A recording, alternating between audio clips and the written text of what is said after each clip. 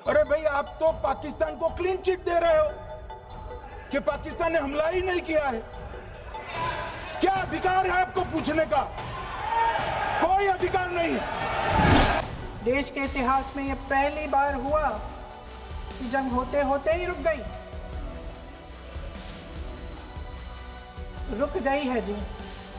और इस रुकावट का ऐलान हमारी सरकार, हमारी सेना नहीं करती, अमेरिका के प्रेसिडेंट करते हैं। 15,000 वर्ग किलोमीटर क्षेत्र, मगर शिमला में समझौता हुआ, पाक ऑक्यूपाई कश्मीर मांगना ही भूल गए। इस ऑपरेशन का सिंदूर का क्रेडिट, उसका श्रेय तो हमारे प्रधानमंत्री जी चाहते हैं। मान्यवर लोग कल सवाल उठा रहे थे कि इतनी अच्छी पोजीशन में थे, आपने युद्ध क्यों नहीं किया? युद्ध के कई परिणाम होते हैं मान्यवर, करना न करना वो सोचकर करना पड़ता है। मगर मैं इसी देश के इतिहास से कुछ घटनाएं बताना चाहता हूं। 1948 में मान्यवर कश्मीर में हमारी सेनाएं निर्णायक बढ़त पर थी। सरदार पटेल ना बोलते रहे, जवाहरलाल नेहरू जी ने एक तरफा युद्ध विराम कर दिया। और मान्यवर, मैं बड़ी जिम्मेदारी के साथ कहता हूं, मैं इतिहास का विद्यार्थी हूं। पाक ऑक्यूपाई कश्मीर का अगर अस्तित्व है तो जवाहरलाल नेहरू जी की ये युद्ध विराम के कारण है। इसका जिम्मेदार जवाहरलाल नेहरू है। मान्यवर, 1960 में सरदार पटेल ने विरोध किया था, गाड़ी लेकर आकाशवाणी तक गए थे, घोषणा न करते दरवाजे बंद कर दिए थे।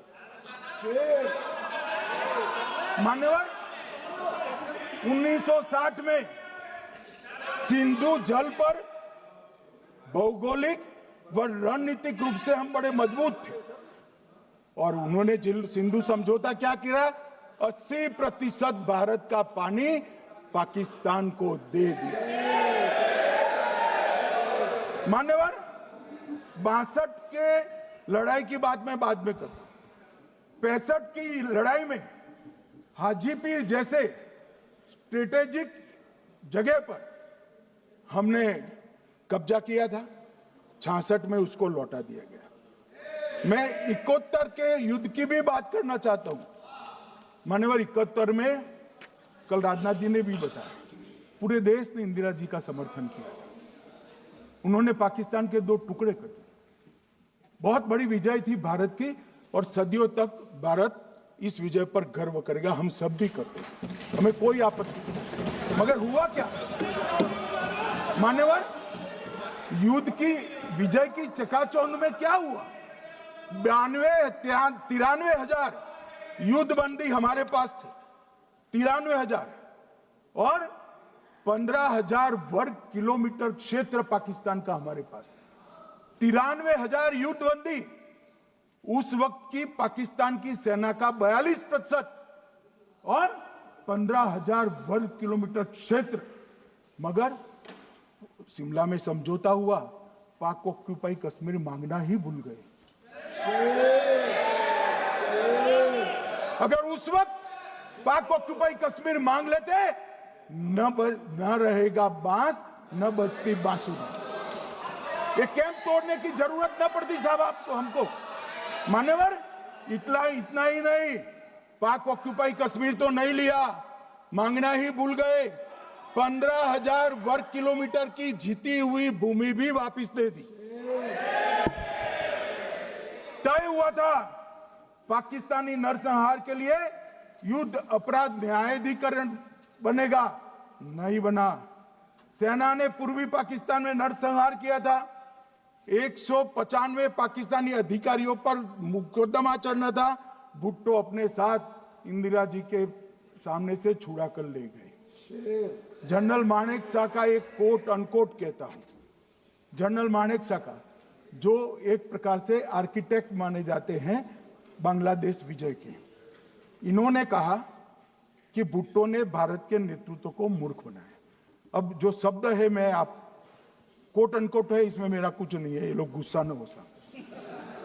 आई told her into bracket Indira Gandhi, Indira ji को कहा that he into bracket Bhutto के लिए he has made monkey out of you.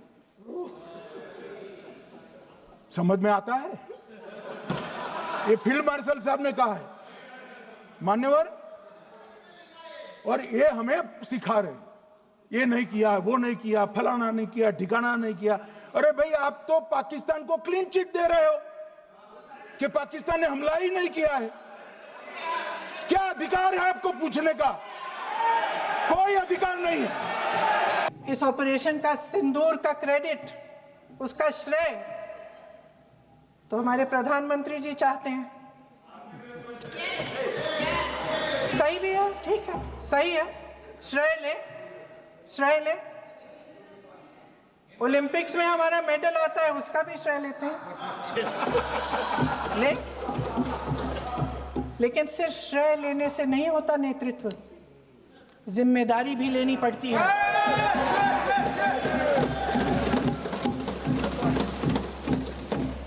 देश के इतिहास में ये पहली बार हुआ, देश के इतिहास में ये पहली बार हुआ कि जंग होते होते ही रुक गई है जी।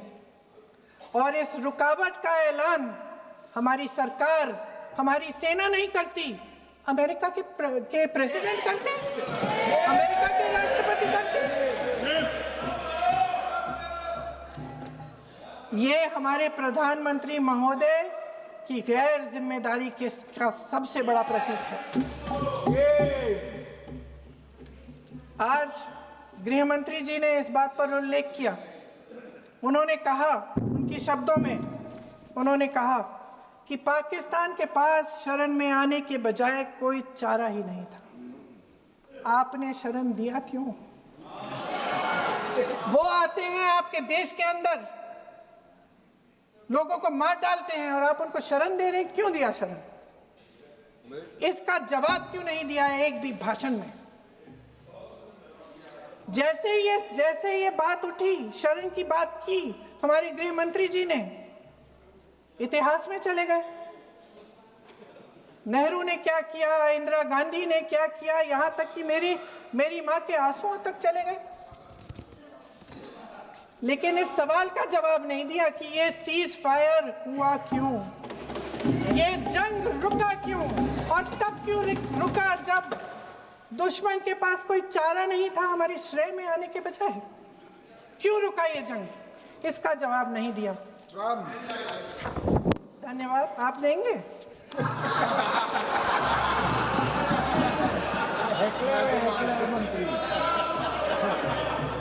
देना भाई, देना।